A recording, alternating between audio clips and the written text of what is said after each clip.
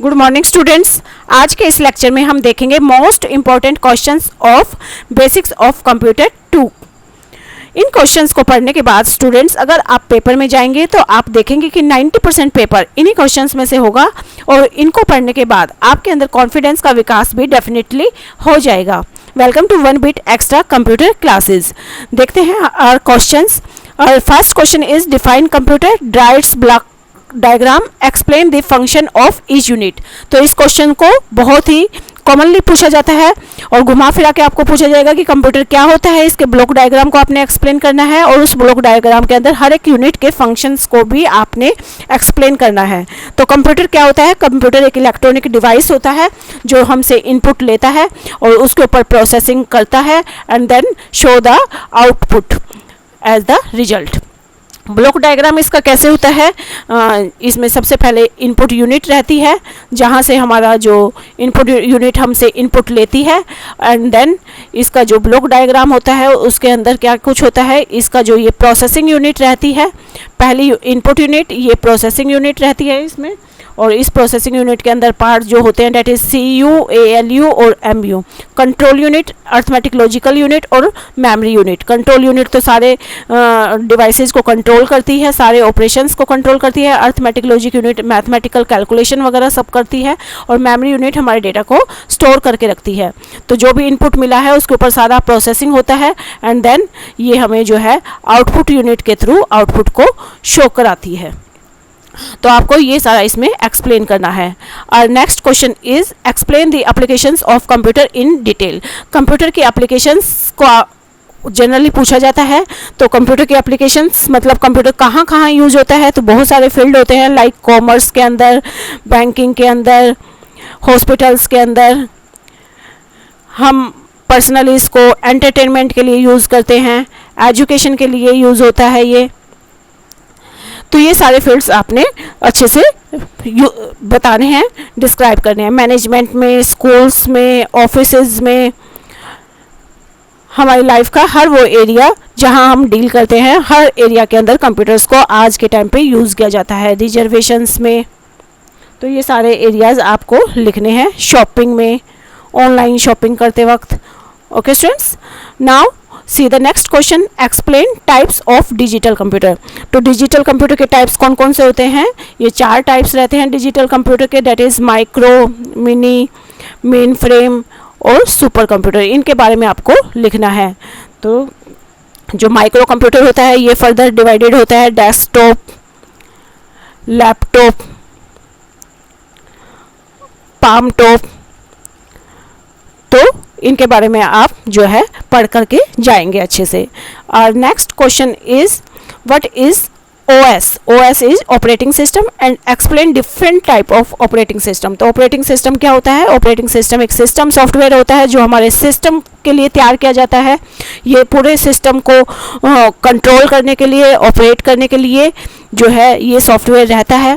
ये सॉफ्टवेयर जो होता है पूरे सिस्टम को कंट्रोल करता है, पूरे सिस्टम के लिए तैयार होता है और सिस्टम की कंट्रोलिंग के साथ साथ ये हमारे हार्डवेयर को, सॉफ्टवेयर को, हमारे सारे डिवाइसेस को, सबको कंट्रोल में रखता है। तो ये जो ऑपरेटिंग सिस्टम होता है ये ऑपरेशंस के लिए, सारे के सारे ऑपरेशंस के लिए, हमारे कंप्यूटर के अंदर जितने भी ऑपरेशंस होते हैं उन सब के लिए रेस्पॉन्सिबल रहता है। तो हमारे जो भी हमारे ऑपरेशंस हैं उनको मैनेज करने के लिए, कंट्रोल करने के लिए, ठीक है, उनको मॉनिटर करने के लिए, सारे के सारे डिवाइसेस को, सारे के सारे ऑपरेशंस को कंट्रोल करने के लिए हम जो है इस सॉफ्टवेयर को, ऑपरेटिंग सिस्टम को यूज़ करते हैं। तो ऑपरेटिंग सिस्टम ऑपरेट करता है पूरे सिस्टम को। तो हमारे जो ऑपरेटिंग सिस्टम के डिफरेंट टाइप्स होते हैं वो कौन कौन से होते हैं? जैसे like single user operating system और मल्टी यूजर ऑपरेटिंग सिस्टम। तो 2 टाइप के हमारे ये ऑपरेटिंग सिस्टम रहते हैं, सिंगल यूज़र और मल्टी यूज़र।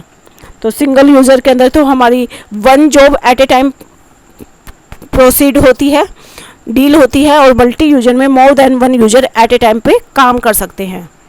इसमें तो सिंगल जॉब को ही एट ए टाइम पे ऑपरेट किया जाता है, इसमें मोर देन वन जॉब को एट ए टाइम पे ऑपरेट कर लिया जाता है एट ए टाइम पे। एट ए सेम टाइम पे। ओके स्टूडेंट्स, और next question is explain type of software and their role.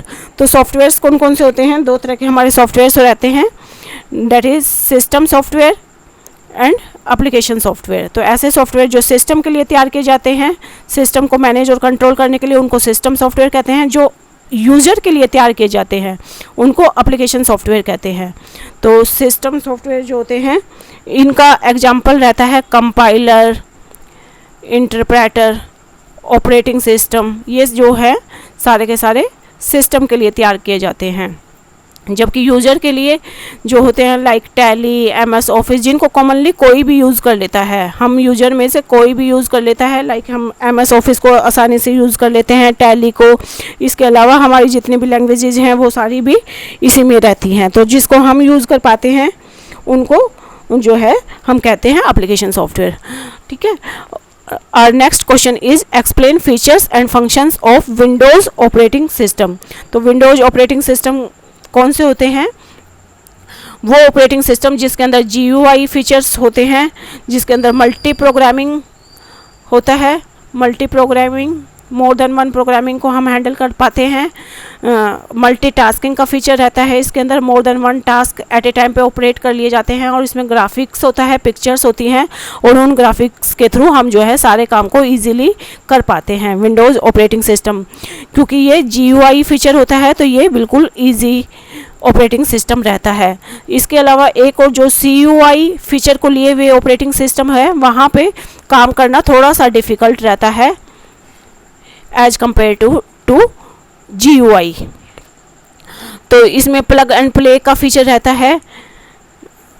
जो भी हम हार्डवेयर है जिनको हम प्लग करते हैं वो ऑटोमेटिकली प्ले हो जाते हैं। उसके अलावा ये मैनेज कर लेता है मल्टीपल यूज़र्स को जो है ये खुद ब खुद हैंडल कर लेता है। उसके अलावा इसके अंदर जो फीचर्स रहते हैं डेट इज़ मल्टीमीडिया होती है। इसमें OLE का फीचर होता है, that is object linking and embedding. Object को हम ऐड कर सकते हैं, एक प्रोग्राम को दूसरे प्रोग्राम के अंदर हम जो है मिक्स कर सकते हैं, that is object linking and embedding. और उसके अलावा हमारी डिस्क कंप्रेशन फैसिलिटी भी इसके अंदर रहती है। तो ये सारे इसके फीचर्स हैं जो हमने इस क्वेश्चन के अंदर लिखने हैं। और next question is differentiate between compiler and interpreter. तो कंपाइलर और इंटरप्रेटर को आपने डिफ्रेंशिएट करना है, इनमें डिफरेंस बताना है। तो कंपाइलर तो वो होता है जो पूरे के पूरे प्रोग्राम को एट ए टाइम पे ट्रांसलेट कर लेता है। एंटायर प्रोग्राम इसमें हमारा ट्रांसलेट होता है हाई लेवल लैंग्वेज से लो लेवल लैंग्वेज में। जबकि इंटरप्रेटर वो होता है जो हमारे प्रोग्राम को ट्रांसलेट करता है लाइन बाय लाइन, एक एक लाइन करके जो है ये ट्रांसलेट करता है हाई लेवल लैंग्वेज से लो लेवल लैंग्वेज में। और जो कंपाइलर होता है इसके अंदर जो डिबगिंग टेस्टिंग होती है वो फास्ट रहती है। डिबगिंग टेस्टिंग जो होती है वो इसमें फास्ट होती है, जबकि इंटरप्रेटर में स्लो रहती है। क्योंकि इसमें पूरा प्रोग्राम जो है चेंज किया जाता है, पूरे प्रोग्राम को ही टेस्ट किया जाता है, तो ये फास्ट रहता है जबकि वो स्लो रहता है। और इसमें जो एग्जीक्यूशन टाइम है वो कम लगता है, मतलब तुरंत एग्जीक्यूशन हो जाती है, जबकि इसमें एग्जीक्यूशन टाइम ज़्यादा लगता है। ओके स्टूडेंट्स, ये डिफरेंस आपको इस तरीके से लिखने हैं। और नेक्स्ट क्वेश्चन इज़, आपको डिफरेंस पूछा जा सकता है GUI और CUI में। GUI ग्राफिकल यूजर इंटरफेस रहता है और CUI करैक्टर यूजर इंटरफेस रहता है। तो इसमें तो पिक्चर्स और आइकन्स होते हैं जिनके थ्रू से हम जो है विंडो के साथ इंटरैक्ट करते हैं, पिक्चर्स और आइकन के थ्रू, और ये बहुत इजी होता है। जबकि करैक्टर यूजर इंटरफेस में कमांड्स हमें याद रखनी पड़ती हैं। तो कमांड्स के थ्रू जो है हम यूजर जो होता है कम्युनिकेट करता है विद द सिस्टम। तो यूजर जब कम्युनिकेट करता है सिस्टम के साथ ग्राफिकल पिक्चर्स के थ्रू तो उसको GUI कहते हैं, और कमांड्स के थ्रू करता है तो उसको CUI कहते हैं।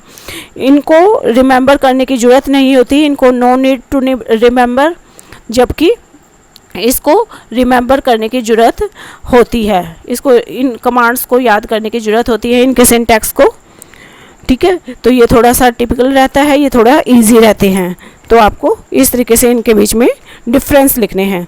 और next question is system software and application software, इनके बीच जो है डिफरेंस बताइए। तो सिस्टम सॉफ्टवेयर्स जो सिस्टम के लिए तैयार किए जाते हैं और एप्लीकेशन सॉफ्टवेयर जो यूजर्स के लिए तैयार किए जाते हैं, ये हमने ऑलरेडी डिस्कस कर लिया है। Next question is single user operating system and multi user operating system. Single user operating system के अंदर तो single person at a time पे काम करता है और सिंगल जॉब को एट ए टाइम पे प्रोसेस किया जाता है। मल्टी यूजर में मोर देन वन जॉब्स को एट ए टाइम प्रोसेस किया जाता है। तो यहाँ पे तो नो शेयरिंग रहती है और यहाँ पे शेयरिंग रहती है मोर देन वन यूजर्स के बीच हर एक आपके डिवाइसेस की। और ये जो ज़्यादा मोर सिक्योर प्लेटफॉर्म रहता है क्योंकि इसमें सिर्फ एक ही यूज़र है, और ये थोड़ा सा अनसिक्योर प्लेटफॉर्म रहता है क्योंकि बहुत सारे सिस्टम इसके साथ कनेक्टेड रहते हैं। ये स्टैंड अलोन होता है और इसके अंदर मैनी सिस्टम भी कनेक्ट हो सकते हैं। बहुत सारे प्रोसेसर्स हम जो है इसमें कनेक्ट कर सकते हैं। और इसका एग्जांपल होता है डोस और विंडोज़, और इसका एग्जांपल रहता है विंडोज़ एनटी और यूनिक्स। ये होते हैं हमारे multi user operating system. Okay students, next question is define MS Excel. MS Excel के बारे में बताएं। Explain the applications and features of MS Excel oblique spreadsheets. जो हमारे एमएस एक्सेल जिसको हम स्प्रेडशीट भी बोलते हैं उसके फीचर्स बताइए। And write steps to create and save a workbook in MS Excel. और एमएस एक्सेल के अंदर एक वर्कबुक को कैसे क्रिएट और सेव किया जाता है उसके स्टेप्स बताइए। तो एमएस एक्सेल क्या होती है? एमएस एक्सेल एक स्प्रेडशीट पैकेज होता है और इसके अंदर हम क्या कर सकते हैं, कैलकुलेशन रिलेटेड सारा काम कर सकते हैं। जो भी हमारा डेटा है उसको हम एंटर कर सकते हैं और उस डेटा को एनालाइज भी कर सकते हैं, उसको मैथमेटिकली उस डेटा को एनालाइज कर सकते हैं और उस डाटा को हम मैनेज करके भी रख सकते हैं। तो हम लार्ज अमाउंट ऑफ डेटा को इसके अंदर जो है एंटर कर सकते हैं और उसको मैनेज कर सकते हैं। लार्ज अमाउंट ऑफ डेटा पे ये हमारा काम करता है एमएस एक्सेल। और इसके अंदर बहुत सारे बिल्ट इन फंक्शंस होते हैं। इसके फीचर्स में आप क्या लिखेंगे कि इसके अंदर जो है बहुत सारे बिल्ट इन फंक्शंस होते हैं जिनको हम उठा सकते हैं डायरेक्टली, और इसके अंदर बहुत सारे डेटा एनालिसिस टूल्स भी होते हैं जिनकी हेल्प से हम अपने काम को ईजी कर सकते हैं ईजीली। और इसके फीचर्स में क्या कुछ लिख सकते हो आप कि इसके पास क्या क्या होते हैं। इसके पास वर्कबुक होती हैं, वर्कशीट्स होती हैं और सेल्स होते हैं, चार्ट्स होते हैं, ग्राफिक्स, ऑटो कैलकुलेशन की फैसिलिटी रहती है इसमें, ऑटो कैलकुलेशन की। ओके स्टूडेंट्स, ये सारा आपको पढ़ना है। और इसमें ग्राफिक्स आप इम्प्लीमेंट कर सकते हैं, इसमें चार्ट्स हो सकते हैं, चार्ट होते हैं, और इसके अंदर ऑटोफिल की फैसिलिटी रहती है। हमारा पूरा डेटा जो है हम बहुत अच्छे से मैनेज कर पाते हैं इसके अंदर। इसके अलावा सर्चिंग फैसिलिटी भी रहती है। व्हाट इफ़ एनालिसिस का फीचर रहता है इसके अंदर, सर्चिंग फैसिलिटी रहती है, हम डेटा को अपना सर्च भी कर पाते हैं, और मैक्रोज ये सब फैसिलिटी भी इसके अंदर होती है। Next question is explain the following macros in MS Excel. तो एमएस एक्सेल के अंदर मैक्रो क्या होता है? मैक्रो ये जो है बिल्ट इन फंक्शन होता है और इसमें हम क्या कर सकते हैं, ग्रुप ऑफ कमांड्स को कलेक्ट कर सकते हैं एक जगह, और फिर उस पर्टिकुलर ग्रुप ऑफ कमांड को हम एक सिंगल कमांड में कंबाइन कर सकते हैं और उसको जो है वन बाय वन करके, जो जैसे हम सिंगल कमांड को चलाएंगे तो वो सारी ग्रुप ऑफ कमांड्स जो है वन बाय वन करके ऑटोमेटिकली प्रोसेस होंगी। तो वेरियस ग्रुप्स को हम जो है कंबाइन कर सकते हैं। और next question is built in function in MS Excel. तो एमएस एक्सेल के अंदर बिल्ट इन फंक्शंस कौन कौन से होते हैं? लाइक आपके फार्मूलाज होते हैं टू परफॉर्म द कैलकुलेशन, जैसे इक्वल टू सम, इसमें आप रेंज दे सकते हैं A1 से जैसे B1 तक। इसके अलावा और फार्मूले क्या होते हैं? एवरेज का फार्मूला, तो इसमें आप रेंज दे सकते हैं या आप कोई भी पर्टिकुलर सेल का डाटा उठवा सकते हैं और इन सब का एवरेज ये निकाल के देगा। उसके अलावा इक्वल टू साइन से हमने सारे फार्मूलों को लिखना है। उसके अलावा आप जो है काउंट कर सकते हैं A1 से A5, इसके अंदर जितना भी मैटर A1 से A5 इन सेल्स के अंदर जो भी अगर जितना भी डेटा फील्ड है तो उन सारे सेल्स को ये काउंट करके बताएगा आपको इक्वल टू मिन, इससे क्या होगा कि इन सारे सेल्स के अंदर जो भी मिनिमम डेटा होगा उसको आपको ये शो कर देगा। इसके अलावा इक्वल टू मैक्स, ये मैक्सिमम डेटा को आपको शो करेगा जो जो इन सेल के अंदर है। जैसे मान लो इतने 3 सेल्स के अंदर जो भी डेटा होगा उसमें जो भी मैक्सिमम डेटा रहेगा वो हमें ये दिखा देगा। इक्वल टू राउंड का फंक्शन हम यूज़ कर सकते हैं, जैसे ये 3,2 तो ये हमें राउंड फिगर्स को शो कराएगा। जैसे 4.58 तो इसका राउंडेड हमें शो कर देगा। Okay students, our next question is version group of home menu. तो ये आपको होम मेन्यू के अंदर जितने भी ग्रुप्स रहते हैं वो आपको इसमें बताने हैं। जैसे इसके अंदर जो फॉर्मेटिंग रहती है या जितने भी ग्रुप्स रहते हैं, ऊपर आपने ग्रुप्स देखे होंगे, फॉर्मेट ग्रुप और ये जो स्टाइल ग्रुप है या जो भी आपने होम के अंदर देखा है वो आपने इसमें लिखने हैं। एनी 5 बिल्ट इन फंक्शन जो कि हमने अभी पीछे डिस्कस कर लिए हैं वो ये आपने इसमें लिखने हैं। Various data type available in MS Excel. तो डेटा टाइप कौन कौन से हमारे MS एक्सेल में रहते हैं, वो रहते हैं लाइक नंबर्स,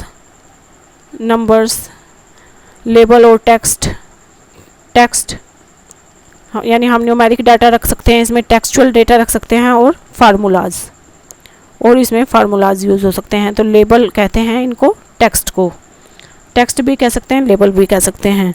तो न्यूमेरिकल डाटा जो कि 0 to 9 रहता है, ठीक है, प्लस माइनस और $, ये सारा हम जो है न्यूमेरिकल डेटा के ऊपर ऑपरेट कर सकते हैं। नंबर्स के ऊपर प्लस माइनस का साइन लगा सकते हैं, डॉलर का साइन भी लग सकता है। और लेबल्स और या फिर टेक्स्ट, इसमें टेक्सचुअल डेटा रहता है और ये डाटा जो है सेंटर अलाइंड होता है। और इसमें जो ये साइन है ये सेंटर के लिए यूज़ कर देते हैं हम, और इस साइन को अगर हम ये डबल कोट्स यूज़ कर दें तो ये राइट अलाइनमेंट को ले लेता है। फार्मूला, तो ये फार्मूला कोई भी फार्मूला यहाँ हम यूज़ कर सकते हैं, like equal to B1 + C1 + D1। Okay students, ये सारे डेटा टाइप्स रहते हैं। Next is explain various types of graphs in MS Excel. Also discuss various steps to display and paint graphs in MS Excel. तो ये आपको सारे graphs लिखने हैं MS एक्सेल के, ये आप देख लेंगे। Define window, explain the components and type of window. तो ये जो विंडो है हमारी, इसके कंपोनेंट्स क्या क्या होते हैं, इसके टाइप्स क्या क्या होते हैं, ये सब हमने लिखना है। तो विंडो के अंदर एक तो जैसे टेक्सचुअल एरिया होता है, वर्किंग एरिया, और उसके अलावा ऊपर जो भी टूल बार्स होते हैं, स्टेटस बार, ये सब हमने इसमें बताना है। Explain the following. My computer icon के अंदर क्या क्या होता है, जो भी ड्राइव्स होते हैं, C ड्राइव, D ड्राइव, ठीक है, कंट्रोल पैनल होता है हमारा जो भी, तो वो सारा हमने इसमें लिखना है। Explain the following. डेस्कटॉप से आप क्या समझते हैं, तो डेस्कटॉप हमारी फ्रंट स्क्रीन के बारे में हमने लिखना है। विंडो एक्सप्लोरर, इसमें विंडो एक्सप्लोरर को आप एक्सप्लोर करेंगे कि इसके अंदर क्या क्या चीज़ें होती हैं। टास्क बार, ये जो हमारे सबसे नीचे स्टेटस बार पे, ये मतलब जो बिल्कुल नीचे हमारे होता है हमारी स्क्रीन पे, तो टास्क बार के अंदर क्या कुछ होता है, जैसे पेज नंबर्स होते हैं इसके अंदर, उसके अलावा जितनी भी हमने स्क्रीन्स खोली हुई होती हैं वो सब भी होता है। और हमारा वर्किंग, जिस भी व्यू पे हम काम कर रहे हैं, जो भी हमारा व्यू है स्क्रीन के ऊपर, तो उस व्यू को भी हमारा यहाँ दिखाया हुआ था है। इसके अलावा जूम परसेंटेज यहाँ पे दिखाई होती है, जो स्क्रीन है उसको हम कितने % पे देख रहे हैं, 100% पे या फिर अदर % पे, लाइक 50% पे। तो ये सारा टास्क बार में होता है। इंटरनेट एक्सप्लोरर आइकन, तो इसमें क्या कुछ होता है ये आपने देखना है। पेंट ब्रश, ये क्या होता है ये बताना है। कंट्रोल पैनल के अंदर क्या कुछ होता है, जिसमें हम कंट्रोल कर पाते हैं अपने पूरे सिस्टम को। रिसाइकिल बिन, जिसमें डिलीटेड आइटम्स चला जाता है। माई डॉक्यूमेंट्स, जिसमें हमारे सारे डॉक्यूमेंट्स रखे हुए होते हैं। विंडो एक्सप्लोरर फैसिलिटीज़, तो विंडोज़ एक्सप्लोरर की क्या क्या फैसिलिटीज़ रहती हैं। तो ये सब आपका था important questions. Okay students, this is all about the important questions of basics of computer 2। Students, आपको ये क्वेश्चंस अगर आपने यहाँ से रेडी कर लिए, आपने एक बार इसको देख करके इनको अच्छे से रेडी कर लिया, तो आपके डेफिनेटली अच्छे मार्क्स आएंगे ही आएंगे। ओके स्टूडेंट्स, हमारे साथ बने रहने के लिए इस चैनल को सब्सक्राइब कर दें। अच्छी लगी हो लेक्चर तो इसको लाइक भी कर दें, अपने फ्रेंड्स में शेयर भी कर दें। Thank you, bye bye, have a nice day, all the best for your exam.